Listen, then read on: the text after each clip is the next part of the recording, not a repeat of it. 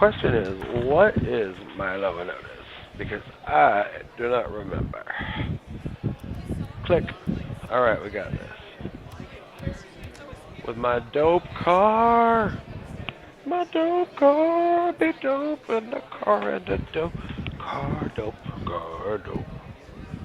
Car dope. You need to power off for a while. Alright. Rocket League plus 10 things I hate about Islam.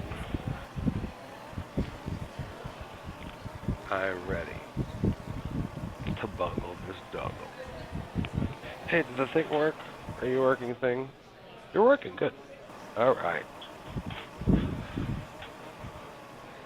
Thing is working. Begin the match! Oh, I have a team. Oh boy. Hey, no! Hey, no! Okay.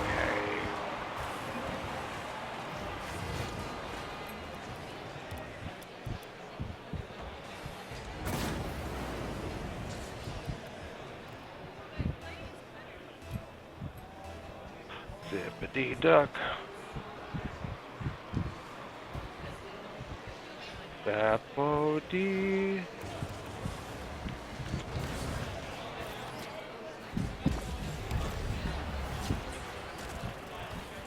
No, I'm just here to blow you up.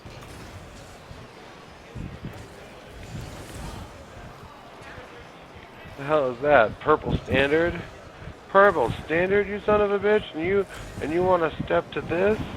I will duck you in the guck.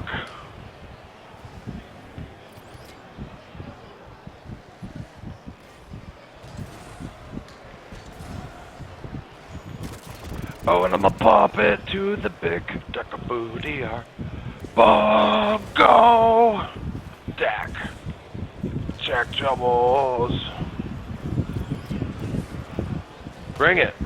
Oh, get out of here. Up in your grill. Up in your grill. Oh, Gux. Gux did Bondar.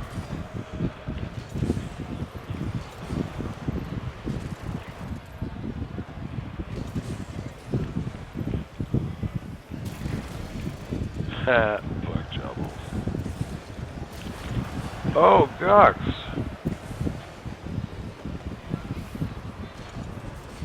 Oh, no, no, no, no. Oh, and the dang Thunderbolt. Alright, maybe I gotta fast forward this a little more, I guess. Hey. There ain't nothing happening yet. Where is it? Oh, there we go. Evening.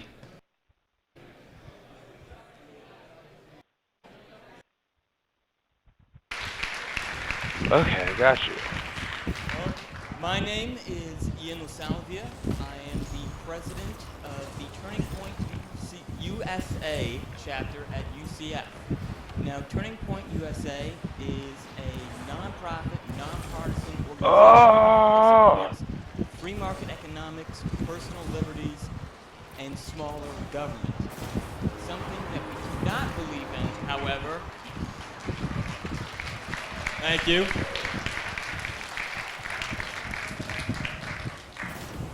Something that we do not believe in, however, is political correctness. Cheers for the beers of the weird, wicked beers. What is your box? We believe that our freedom of speech is one of our most sacred rights and should be protected at all costs, no matter what. Hey, no, you can't be slow, Ping. That's not allowed. Ping, why are you so bad? And that is why, tonight, we have partnered with our friends No, other at person Young Americans for than Liberty. duck? Are you ducking? You don't appear to, are you? No, Bring to you're not. campus, Milo Yiannopoulos. You were a little bit. What are you doing? What is happening? Now here to introduce him is Daniel Lopez. I don't get it. Oh, we're back. Okay.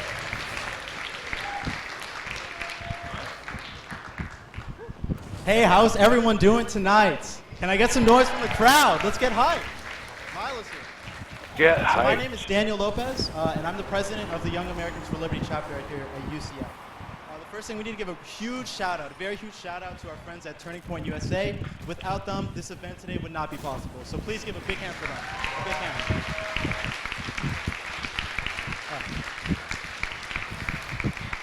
Nowadays, we're facing sort of a crossroad, a very dire crossroad in college campuses all throughout the country. Right? There is an idea that has been cultivating in the minds of students and professors both alike. This idea, it started off slowly, but it's definitely been growing momentum, it's been growing landslide, and it's definitely something very dangerous to our culture. And what I'm talking about, of course, just as the gentleman before mentioned, was political correctness. We at Young Americans for Liberty stand for free speech. Bad ideas are only taken over when we have better ideas, and we're able to talk about those better ideas and spread information and improve as humans. That's why tonight, to fight the most dangerous of ideas, which is political correctness and censorship, we have the most dangerous faggot, Milo Yiannopoulos. Ladies and gentlemen, put your hands together with me to introduce Milo Yiannopoulos. Shabopoulos.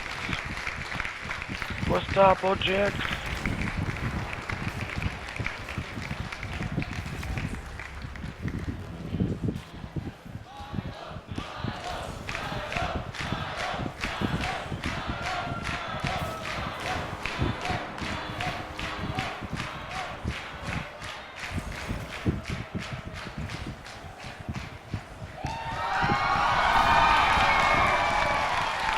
The crowd goes wild!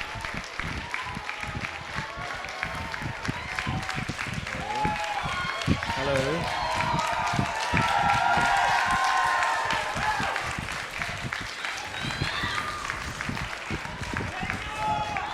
Very enthusiastic. You're making the noise equal to, or perhaps more than, a room of 600 yesterday. So thank you for that. A very high energy crowd. I like that.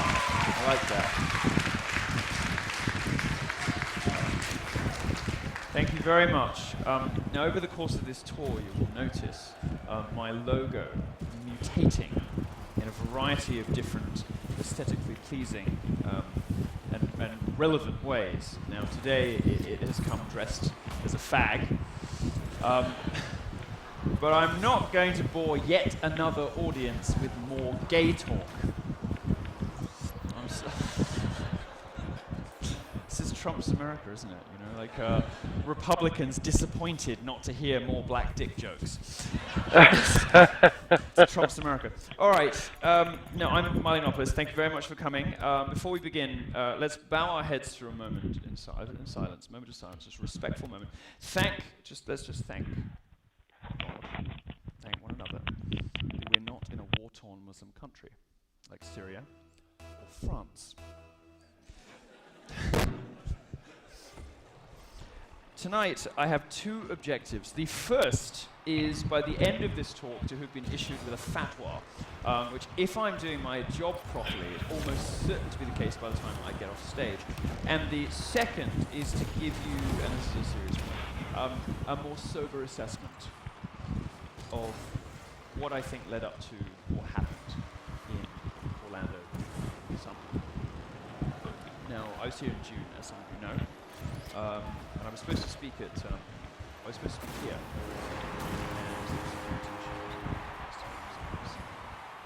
the immediate aftermath of what happened.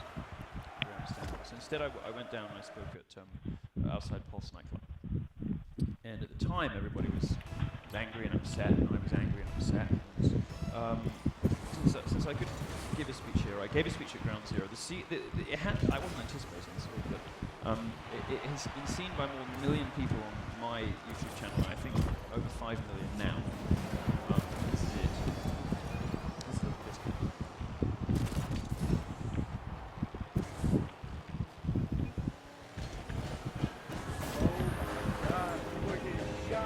This is Oh my god, dude.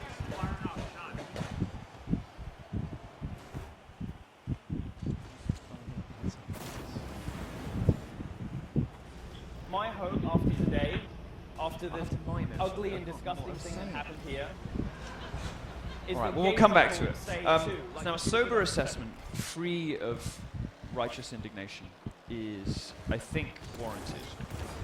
Those of you who saw that speech will have seen it was a bit of a sort of rabble-rousing thing. And I want to talk to you today in a bit more sober terms about a problem that I think America is about to experience. Now, when we're afraid, one of the things we can't do, one of the things that, the thing that we lose first after terror attacks, after terrible things happen, is laughter. One of the things we're afraid to do is to laugh. We're worried about laughing. We don't know if we should laugh. We don't know if we're allowed to make light of things yet. Is it too soon? But that's sort of what they want. Because if we don't laugh, that means we're afraid. And one of the ways in which the Berlin Wall fell, it is said, was that East Germans could see that the West was best. One of the ways they knew that is they could hear the sound of laughter over the wall in West Germany, West Berlin. And laughter is the first thing to leave us when the authoritarians take hold. The thing that tyrants hate the most is the sound of laughter, because it means somebody somewhere has gone off script. Someone has gone off message. The freedoms enjoyed in this country, which is the best country in the world, it is the best country in the world. Freedoms...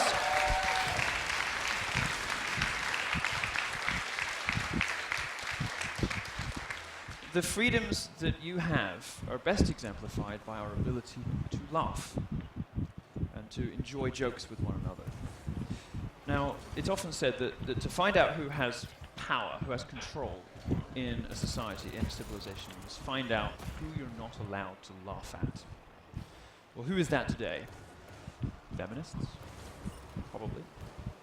Black Lives Matter? Probably. And Islam? Certainly. Criticizing and ridiculing Muslims and Islam, which is, of the three, the most inherently hilarious. For sure. Criticizing them is enough to get you turned into a pariah. You'll lose your newspaper column, you'll get into all sorts of trouble, you'll be ejected from polite society, banned from Twitter. Sad, it's very sad. But I think Islam's really funny. And I'd like in the time we have together to talk to you about some serious things, but also to make some jokes, because it seems to me that something has been lost in the aftermath of what happened in Orlando and various other things that have happened in America, and that is that we have decided that we shouldn't laugh about Islam. I don't agree. It's inherently funny, this religion that hates gays, yet rounds up all its men to stick their bums in the air 5 times a day. That's really funny. Now that I think about it, it doesn't sound so bad.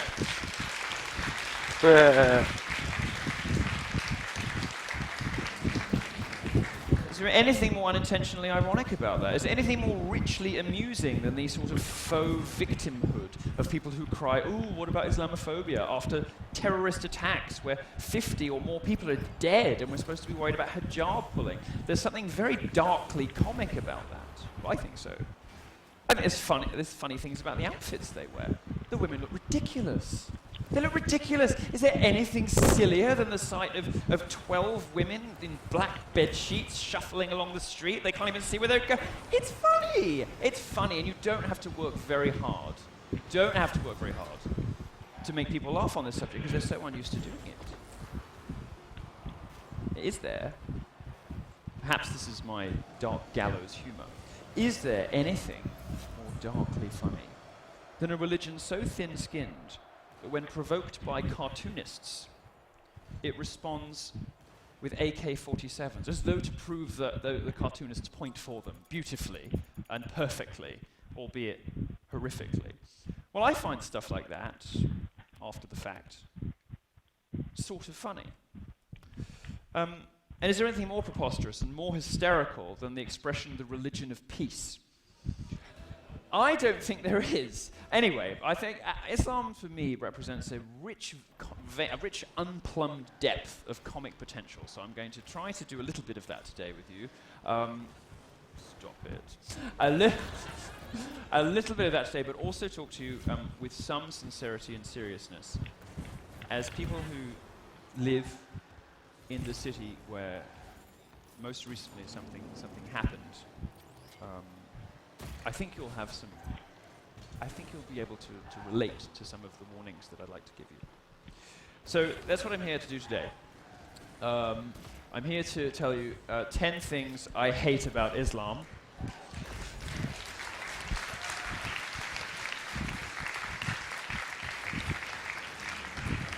So that's not quite true, because I was in the bus on the way over here listing the things that I didn't like, and I couldn't stop at 10. And I didn't want to cut any, so I changed the name of my talk to 13 things I hate about Islam. So I hope you'll bear with me as I work my way through these 13. All right, now there are a few people in the Western world. Everybody all right over there? There are a few people in the Western world, save perhaps Donald Trump, who is more regularly and with no evidence whatsoever called a sexist than me. I'm called all sorts of things, actually. I championed Gamergate, for goodness sake, and they still won't shut up about it. To be honest, I think I'm more feminist than most feminists. No, I mean it. Birth control, I think, was a mistake. I think women are happier in the kitchen. But that's just my opinion. That's just... No, hang on.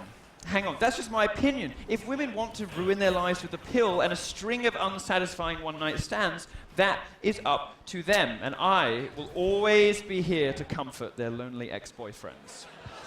Always be here.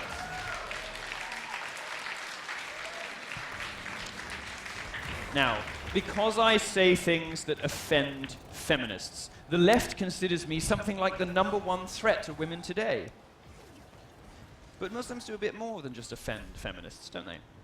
They're actually enslaving women, forcing girls into servitude and forced marriages, slashing their genitals, which, unlike male genitalia, don't improve with a bit of trimming. But you don't have to suck the things.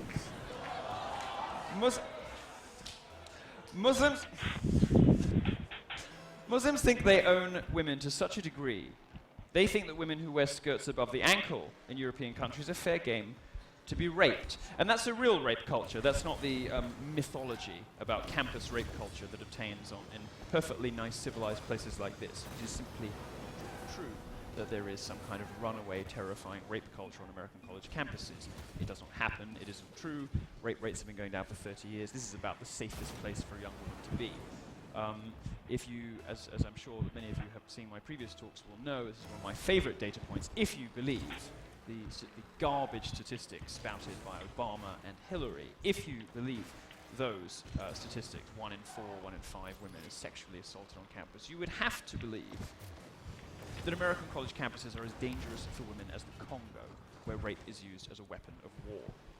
Doesn't seem very likely to me. So, as long as I'm speaking out about Islam, and as long as I am speaking with a louder and more forthright voice than any feminist in America today, I feel justified in considering myself more feminist than they are, even if I do hate abortion.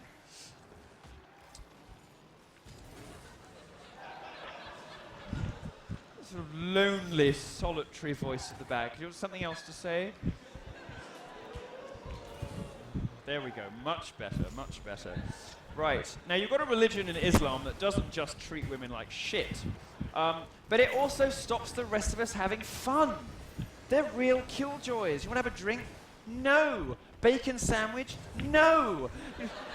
Go out with your girlfriends without a male chaperone? No. I mean, it's really not very fun. It's not fun at all. I want to go to a strip club? No. I actually really like strip clubs. I love them. Smoke cigarettes? No. ISIS won't be very happy about that. Are you a tourist? Do you want to admire some historical monuments? Fairly good chance you'll be blown up along with the monuments. Snogging on a beach? No. Now look, the list is endless. Now as a Catholic, I can ask for forgiveness for my sins. Muslims instead have their hands chopped off for stealing things. I mean, this is serious stuff. And this, I think, feeds into the thing that I really dislike. Really dislike about Islam. And that is its antipathy toward art. It feeds into what I was talking to you about laughter. The thing I miss in discussions of Islam is what Muslims actually believe about God, and I'm going to explain to you why that differs from how we, growing up in a sort of Judeo-Christian society, how we think about God, even if we're not really religious, and how that gives rise to some of the things that make Islam not just a political menace, but culturally alien to us and profoundly antithetical to our values.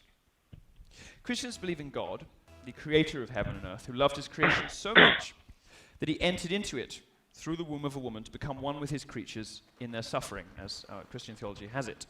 This understanding of God has big implications for the society that forms with Christianity as its foundation. We believe in a creator who made us in his image. The Christian God invites us to make beautiful things in his honor, and this is the basis of most of Western art. Look at the Vatican, the vast majority of the beautiful things that have come out of the European tradition.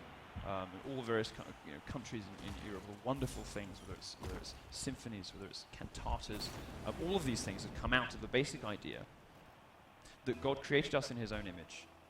And he wants us to express that similarity with him, reaching for the ineffable by creating works of art that identify us with him. Now, art and drama are all expressions of that license given to Christians to explore themselves and to explore their relationship with that thing just beyond reach that you can't touch, that thing that you can't put into words. The end of a Philip Larkin poem where he's pulling out sort of pedestrian artifacts from whatever awful British town that he's writing from, Hull or Prestatyn or whatever. And right at the end of a Larkin poem, you should look up Larkin, he's a very underrated poet. Right at the end of Larkin, he will sweep up into the divine, into the ineffable, into that moment where the sun breaks, whether the sun suddenly dawns or something breaks, and suddenly words fail. Well, the philosopher Wittgenstein, wo one nicht sprechen kann, darüber muss man schweigen. Whereof one cannot speak, thereof one must be silent. It's those moments in the Western tradition that bring us closer to God, at least so Christians think. And even those of us who are not religious can appreciate those moments in art. And that's sort of what Western art is striving for. But Western art also has a sort of license to push the boundaries. Now, as a gay person, I enjoy this particularly because the drag queen culture, the endless sort of pushing of boundaries, we're encouraged, as you can tell from the way I behave in the name of my tour, to push the limits of acceptable language and thought, to test the boundaries of what polite society will possibly tolerate. That's sort of what we're here for. Now, the God of the Islamic tradition isn't like that. He doesn't invite Muslims to be fellow creators. In fact, he forbids it, and he forbids much of what we in the West know as the foundation for great art. He forbids creativity in those robust, dangerous, and experimental forms. And this, I think, more than any other petty restriction, is why no accommodation can be made from homosexuals to Islam. We, as gays, are society's engines of chaos. And I mean that as a compliment. Pushing the limits of what can be thought and said. Testing the boundaries of creativity and acceptability. Sketching out, in a way, where the limits of social norms lie for the rest of you. And perform a valuable function. In the West, art is mainstream, but in the Islamic world, it is law and submission that is mainstream. It is law and submission that define the limits of culture. Now, the Muslim commander who conquered Alexandria asked the Caliph Umar what to do with the immense library there. And Caliph Umar is said to have replied, "If what is written in the books agrees with the Quran, it's not needed. If it disagrees, it is not wanted." So the commander burned the library. Now, this may be an apocryphal story, but this story was originally told by Muslims and later repeated by famous Muslim writers. Now, people accuse me of being a self-hating homosexual because I say that if I had the choice, I probably wouldn't have chosen to be gay. Now, that's just an opinion. There are many other things about being gay that I don't like not being able to make mini Milos. But I don't want to be thrown off. Well, it would be nice, wouldn't it? I could send them in my stead, I'm feeling lazy. Or I could wait 18 years and have sex with them. What? They'd be clones. That's not incest. There isn't even a word for what that is. It's just fucked up. I do not, and this is important, the reason I keep bringing up the gay thing is I do not want to be thrown off a building or stoned to death or beheaded, nor do I wish to be gunned down in a nightclub. I'd quite like someone to threaten to do those things to me or pretend to do them, and indeed it's quite difficult for me to get off without a knife to my throat or a gun to my head these days. But you know, Islam takes this a little far. Islam really means it, and the left refuses to see the danger. America's gay establishment spent all of the last week or so tearing itself into two over a profile published of me in Out magazine. Some of you will have seen the artwork. I was in my drag persona as Ivana Wall. You met Ivana Wall yet? Yeah. And you know what's remarkable about it? You know, hordes of homophobic Muslims are being imported into the West so they can shoot up gay nightclubs. And the left says nothing, except to blame those shootings on toxic masculinity. Another way to sort of subtly imply that actually it was all a creation of the straight white male of the left, and we're imposing these sort of toxic male ideas on these poor innocent immigrants. I'm not the self-hater. The whiny gay leftists who cry when I say something offensive, but are silent in the face of an existential threat. They are the self-haters. They hate themselves so much that they want to commit suicide by Islamic immigration. And that has got to stop. They've got to realize. Let's get theological again for a second. The difference between submitting to God, as Mary did, allowing him to enter her, metaphorically, or possibly too, and the way in which Muslims submit themselves to Allah, of course Islam meaning submission to the will of God, is important. God, as Christians encounter him, takes his creatures as beloved and elevates them to share in his divinity. He restores them to the image and likeness in which they were created. This kind of relationship is unthinkable in Islam. In other words, Muslims find it offensive to think that God could have lowered himself to become one of us, to become like Jesus. But they find it even more offensive to think that God would elevate his creatures to share in his divinity. Well, what does this have to do with women and gays? Well, the God of Christianity, the God of the Old Testament and of the New, is a God of fire, consumed with love for his creatures, so much so that he entered Mary and of course, Rupert of Deutz, who you won't have heard of, a 12th century Benedictine. Now, Islamic men cannot bear to think of submitting to God in this way, and they can only really imagine themselves dominating women. And they hate gays because gays submit in a way that they can't, which I think is why they find homosexuality so frightening. Perhaps it's just the whole mystery of sex. For them, I think the mystery has become menace. I think the femme has become too fatale. How else to explain the unique viciousness of Islam toward homosexuals? 100 million people live in countries, in Muslim countries, in which the penalty for being gay is death. The reason is subtle but important. If we don't understand it, we can't fight it. Islam is... That was very heavy stuff. I thought we needed to lighten the mood for a second. Islam lacks authority. No. Scary as it is, it lacks religious authority. There's no Vatican in Islam. It's headless, if you'll forgive a cruel ISIS pun. So I warned you. So it lacks someone who can sort of clean house or declare definitively that something is wrong or something should be abandoned. Despite lacking authority, Islam doesn't encourage the kind of one-on-one relationship that Christians have with God. Instead, Islam is collectivist. So you can see why so many lefties like it. Oh, God. Islam is like the book in more ways than one. We have to hope that resistance will not be futile. One of the similarities between Islam and feminism, by the way, is that neither is satisfied until you either conform or die. This is a very classic characteristic of authoritarian regimes. It is very visible in much of the progressive left today, that people want to control how you think or you say, the language that you use. And it's no wonder that these people mollycoddle and suck up to radical Islam. Because they kind of have the same view of human nature. And they sort of believe the same things. And they have, I think, the same analysis of the West, too. They don't like... What is going on, democratic phone? Western capitalism that we all know It's you. has created the best country on earth. We all know Isn't it? is No. the best basis for founding a society. Okay, yet we're back. devised by man. They don't like it very much. And I think also leftists here I guess you enjoy should sucking break up that. to Islam because the right, libertarians and conservatives in this country have always Oh! realized that Islam is going to be the primary threat to freedom and to equality, to liberty, to all of the values that make America wonderful. Islam was always going to be the primary threat to those, and the right has identified that a very long time ago. And that's, I think, another reason why the left goes after them, because they don't really care. they say they do. But the way they act tells quite a different story. And the way they acted after Orlando told quite a different story. The way that lefty celebrities, after what happened here, came out and said, peace, love, understanding, we'll just get on with it. You know, we need more gun-free zones. Well, gun-free zones are safe spaces for killers.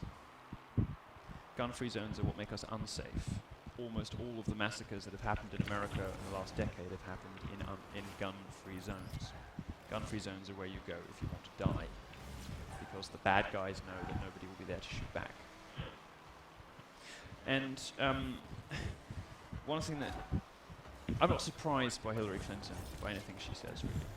We know that 50 million from Saudi Arabia, a country that executes homosexuals, went straight into her foundation. Of course she was going to hand it to them, Molly Coddle and suck up to Islam. But something's gone very wrong in culture. Something's gone very wrong when we're listening to celebrities and journalists, politicians, other sorts of politicians who aren't as hopelessly compromised as she is, people that we might reasonably expect to have less on the table. When they too suck up to an ideology that wants us dead. Now, because of its emphasis on community, Islam is more cult-like than other religions. You aren't supposed to turn to a priest or to any kind of authority figure for support or guidance. You're supposed to turn to the rest of the ummah, which is the brotherhood. Now, Islam encourages itself to treat everyone within the religion like a brother, to be trusted and supported, and everyone outside it to be feared and suspected.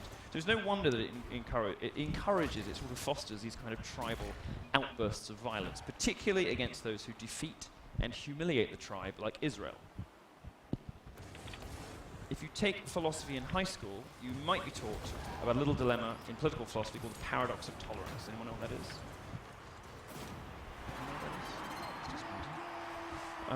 Well, the paradox of tolerance is very straightforward. Should we be tolerant to the intolerant? Should we tolerate intolerance? Well, the cultural Marxist Herbert Marcuse used this paradox to argue for the suppression of Western conservatives, people who aren't really intolerant, at least not anymore. But you'll still see leftists trying to purge conservatives. Does anyone remember Brendan Eich, the CEO of Mozilla, who was forced out of his position because he once donated to a politician who was against gay marriage? Something crazy like this. These sorts of purges are still going on in American life. Well, the Quran contains at least 109 verses that call Muslims to war with non-believers for the sake of Islamic law. Some are quite graphic, with commands to chop off heads and fingers and kill infidels wherever they may be hiding. And unlike nearly all of the Old Testament verses of violence, the verses of violence in the Quran are mostly open-ended, meaning that they are not restrained by historical context contained in the surrounding text, although many Muslims choose to think of them that way. They're part of the eternal, unchanging word of Allah. No other religion, by the way, makes claims for itself like Islam does. No other religion says that its holy text is the final, unalterable, and perfect word of God. No other religion resists interpretation and adaptation. Christianity has been very good at this. Christianity is in its sort of modern, limpid, weak, sort of flaccid form. Stop it.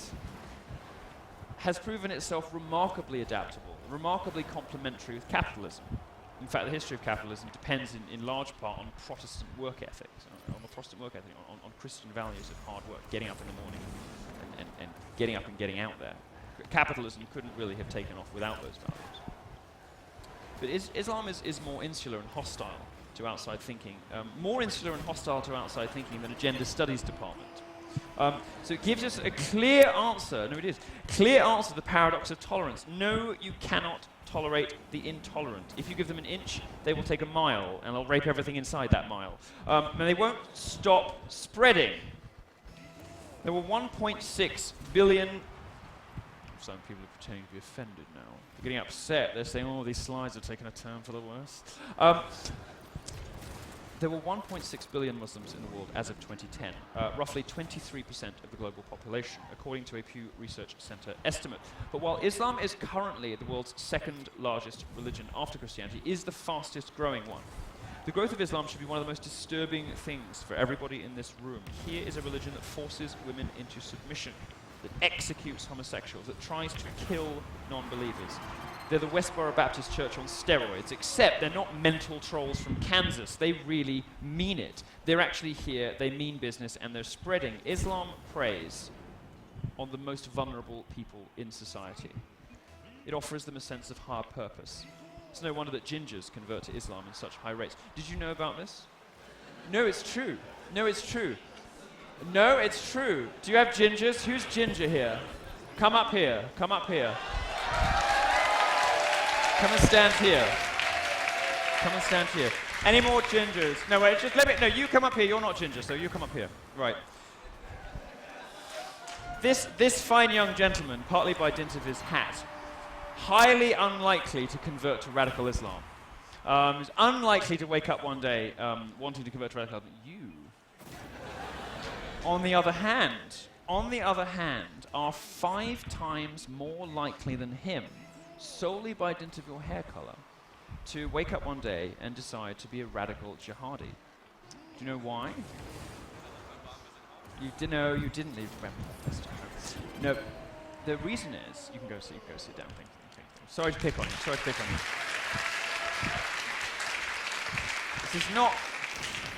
This is not really strictly pertinent to the speech, but I'm going to tell you about it because it's interesting. So I am a connoisseur of ginger prejudice. I read... not just a connoisseur, but an enthusiastic practitioner. I read everything I can about it. I'm trying to find out, why do people hate gingers so much? Why don't they want to have sex with gingers? And I'm sorry. And can ginger people do anything about their circumstances? Because I want, I'd like to help the disabled. So, I'm sorry. So there's good news and bad news. The bad news is you are less attractive on average. Most people aren't into it. But the good news is that people who are into gingers are remarkably insensitive to anything else about that person. So it operates a lot like a sexual fetish. If you're really into feet, you don't tend to care too much what's attached to those feet, you're just into the feet. And ginger hair works in a very similar way, which is why when you do these experiments in nightclubs, the same person wears a sort of ginger wig and not a ginger wig, and they test how many people are rebuffed on approach and how many people are sort of anyway. So that's the good news.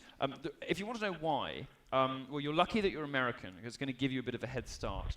We are genetically hardwired to seek out a high degree of genetic mixing in our partners, in our mates, which is, I think, why almost everybody finds that ribbon of sort of South America, Spain, Italy, up to Israel, bits of North Africa. Pretty much everyone finds them hot.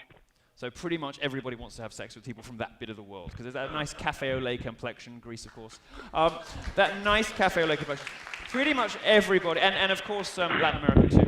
Pretty much everybody finds them attractive because they have a high degree of genetic mixing. Well, gingerism, ginger hair, is a recessive gene, so it doesn't pop up unless there isn't much else going on in your family tree.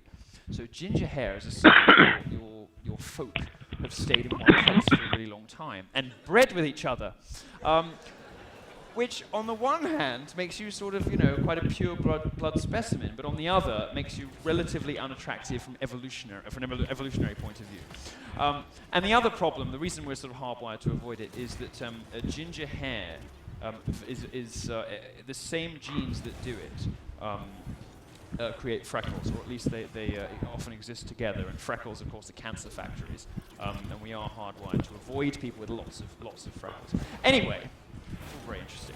But when I say that Islam goes for the vulnerable in society, the reason I said that you're lucky to be American is that Britain, where I'm from, in England in particular, is subject to the uniquely virulent ginger prejudice. There is nothing like it, and it's partly all the things I just talked about, but it's also historical and cultural. So we've had, historical conflicts with the Scots, with the Irish. After the potato famine, the Irish all came over and everyone hated them. And these countries all had high numbers of redheads. For all these reasons, there is a colossal statistical difference, way beyond anything that could be an accident, a colossal statistical difference in the number of red-headed Brits, in the Brits that are likely to become, that convert convert to radical Islam, become terrorists. They're identified by news reports and intelligence agencies as redheads. They are vastly more likely to have red hair because the radical preachers single them out as outsiders, as people who are likely to be marginalized, as vulnerable. And ginger children are vulnerable in the UK for all the reasons I said. But they sort of find a sort of weird concentration in England for historical and also evolutionary reasons. So people are nastiest to gingers in England, nastier than anywhere else in the world. And for that reason, Islamic hate preachers know to seek out ginger children or ginger teenagers because they're going to be bullied at school. They're going to want to be part of something. They're going to find some purpose, brotherhood. So if you look at Anjem Chowdhury, this weird, I think he's in prison now. I think he's finally been put in prison. Or Abu Hamza, the hook-handed cleric in London. They always have these cabals of ginger kids around. It's very interesting. Anyway, sorry for that diversion, but it's like, do you have that program Mastermind over here? Do you have it here? It's a program in England, Mastermind, where basically really, really, really smart people who do absolutely everything about a ridiculously specific subject, like the music of the Beatles from June until August 1962. Everything about it, where everything was recorded, who took the photo on the magazine cover, like all that. Anyway, mine would be Ginger Prejudice. Right. All right, let's get back on track. Islam today, in preying on the vulnerable, is sort of like communism in the early stages of the Cold War. They're presenting young, disaffected people with an idealized, tribal, utopian vision that is drawing in millions. And like communism, it's inspiring violence all over the world. There's one thing we learned from the battle with communism, it is that you cannot compromise on your values. You cannot apologize for yourself like the left constantly wants us to do. The progressive left in this country is desperate for us to start apologizing for precisely the things that make the West free and strong and great. And coming to you as a European, as a visitor, I have to tell you, it is very important that America stays free and strong and great, because the rest of us really need you. And the left is asking you to apologize for precisely those things that have made you wonderful. Well, like Thatcher and like Reagan, the superior, we have to do is present future generations with a vision of the West that's compelling enough to beat the vision from the East. That's exactly what happened with the fall of the Berlin Wall. And that's what we have to do now, and we have to do it in part with laughter, with culture, showing people living under these repressive theocracies that our way is better. And who knows, maybe, hopefully, we can win some. Like Thatcher and Reagan, we must try, if we can, to do that. And it isn't hard. The superiority of the West is self-evident. We just need to discover the courage to talk about it. And we need to talk about it loudly. And we need to not be silenced by the left. We need to not be cowed. And we need to not lose our sense of mischief, even after terrible things happen. Now, we hear a lot about... Oh, you fucking bot! I'm upset about my speech so far. Because, well, you're talking about Islamism, you're not talking about Islam. You're talking about Islamic terror. You're not talking about those nice, that nice girl I know in the cafe who's perfectly nice. She's not going to strap something to herself and hurl herself into a building full of people and blow herself up. Well, one, you only have about 3.3 million Muslims in this country. You have, for the most part, the descendants of moneyed, educated, middle and upper class Muslims who could afford to get here, and a smattering of people from various other places. You don't have, for instance, the 2 million Muslims in Germany who arrived abruptly and are radically reshaping the radically reshaping the culture of Germany, the radically reshaping how it feels to walk down the street in Germany. Now, we hear a lot about moderate Muslims. In practice, we simply don't see them. All the moderate Muslims I know are ex-Muslims, or they haven't been to Friday prayers for months or even years. London has just elected a so-called moderate Muslim mayor, Sadiq Khan, who is praised as a moderate, but many have been wondering just how moderate he really is. Khan has banned sexy underwear advertisements from the underground, which is like our subway, our metro. It's one of those other weird cases in which you sort of see feminists and Islam working in tandem, like a sort of unholy alliance. It's very weird. Does he want to make the underground more Sharia compliant? Or is that just a happy circumstance of pandering to feminists? Well, if the outcome looks the same, what's the difference? Sadiq Khan's met with a lot of shady people in his life, and this is also the mayor who is happy. This is the mayor of London. Mayor of London. He's perfectly happy to show up to segregated rallies where the women have to stand at the back and cover their heads. And he says nothing about it. Says absolutely nothing about it. In one of the great cities of the West, one of the most important, possibly the most important city in the world, women are being forced to sit at the back. We're having segregated public spaces again. And this has crept up on us out of nowhere. I don't want the same thing to happen to the US. This is a mayor who says, by the way, that part and parcel of living in a big city is terrorism. Part and parcel of living in a big city. Now, England is one of the most illuminating examples of the lack of moderates. A Gallup poll in the UK found that not a single one of 1,001 people polled, of all the Muslims polled, believed that homosexuality was an acceptable lifestyle choice. Not a single Muslim polled said that homosexuality was an acceptable lifestyle choice. The entire world loves Malala. Do you know Malala? That odiously dull little thing. Oh, why do you know she has all her speeches written by her UN dad? I mean, good lord. Nobel Prize winner for championing the education of girls. But her opinion, which passes in the media as moderate, is, quote, "The more you speak about Islam and against Muslims, the more terrorists we create."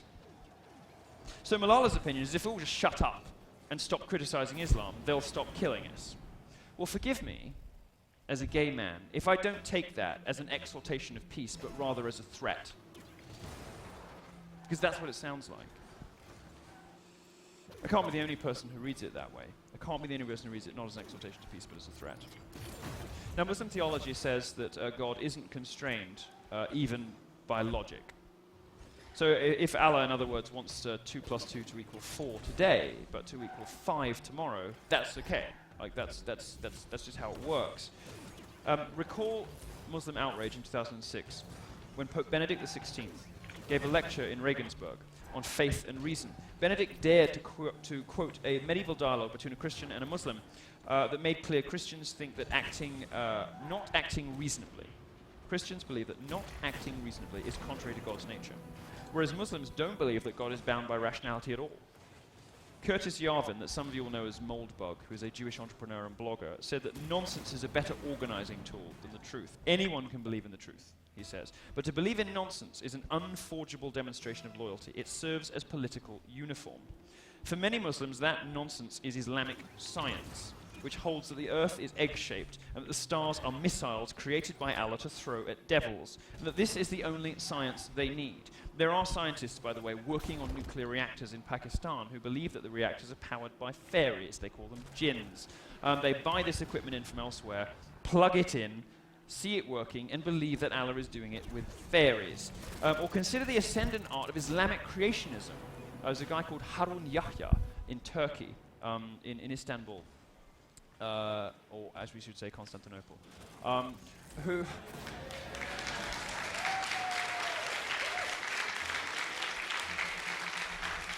This guy, funded by the Saudis, and living in Turkey, who is engaged in this massive program of spreading sort of Islamic creationism. It's an extraordinary thing. You know, creationism in the US is sort of now restricted to, you know, a few, forgive me for this, relatively batty people in a couple of states. But in the Islamic world, it is on the ascendant. The Islamic world is not going away, quite the opposite. Scientific inquiry is virtually dead in the Islamic world. Arab nations stand near the bottom of every measure of human development. There is no world-class university anywhere in the Muslim world. Spain translates more books every year than the Arab world has in 1,000. Every single year in Spain, more books are translated into Spanish than the Arab world has bothered to translate into Arabic in 1,000 years. Some people in Saudi Arabia still believe that man has never been to the moon. Now, some of you tonight might not believe we've been to the moon, but this is America, and you're allowed to believe crazy things without being beheaded for it. That's okay. By the way, historical revisionists like to bang on, some of you in the back will say, I've heard about this. Didn't we have dark ages? Didn't we have dark ages in Europe? well, these periods where, you know, it was Muslim scholars kind of keeping the fire burning of intellectual, academic discourse. Well, no. This golden age of Islam is largely an invention. When the Arab world was a sort of center of learning and scholarship, it was only really a brief moment in history, and only because they were translating Greek and Roman texts. They had a brief period of advance, but only because they conquered a lot of the world's leading libraries, and only because all of the people who were making the great discoveries, who were Jews, Nestorians, Byzantines, Hindus, Copts, and other non-Muslims, had to work in Arabic so they didn't get their heads chopped off. So the idea that these, you know, we have this great intellectual debt to the Islamic world is nonsense. Andrew Bolt on Sky News, whose show I like to do because they get the lighting just right, has a really good example recently, perfectly encapsulates Islam's integration problem in the West. He recalled the case of Dr. Ibrahim Abu Muhammad, the Grand Mufti of Australia, who gave a speech to explain to Australians they're wrong to think that Muslims can't integrate into culture. Absolutely wrong. Of course we can. Now he's been living in Australia for 13 years. He gave a long speech about how it's perfectly, you know, perfectly reasonable, you know, to worry about. No, Muslims integrate fine. But he gave this speech in Arabic. He's been living in Australia for 13 years, and his idea of integration is giving a speech in Arabic. 19 years. He's been 19 years. That's what I call chutzpah. Now, I wish older people like the Grand Mufti were the problem, but actually they're not. The problem is young people. Often Britain is called a nation of immigrants. They're said that you know, we have taken in groups from all over the world very successfully over the course of thousands of years, and to some extent that's true. But in more modern history, it is truer to say that we have acquired new people from new bits of the world who shared our values or who aspired to be more like the British, the West Indian Africans, or the Indians who came from the subcontinent. All of them came to Britain sharing our values and wanting to be like the Brits. People from the subcontinent, Indians from the subcontinent, are sort of more British than the British now. They behave perfectly. They start businesses. You never see their names in the paper. They never get into trouble. Never get arrested.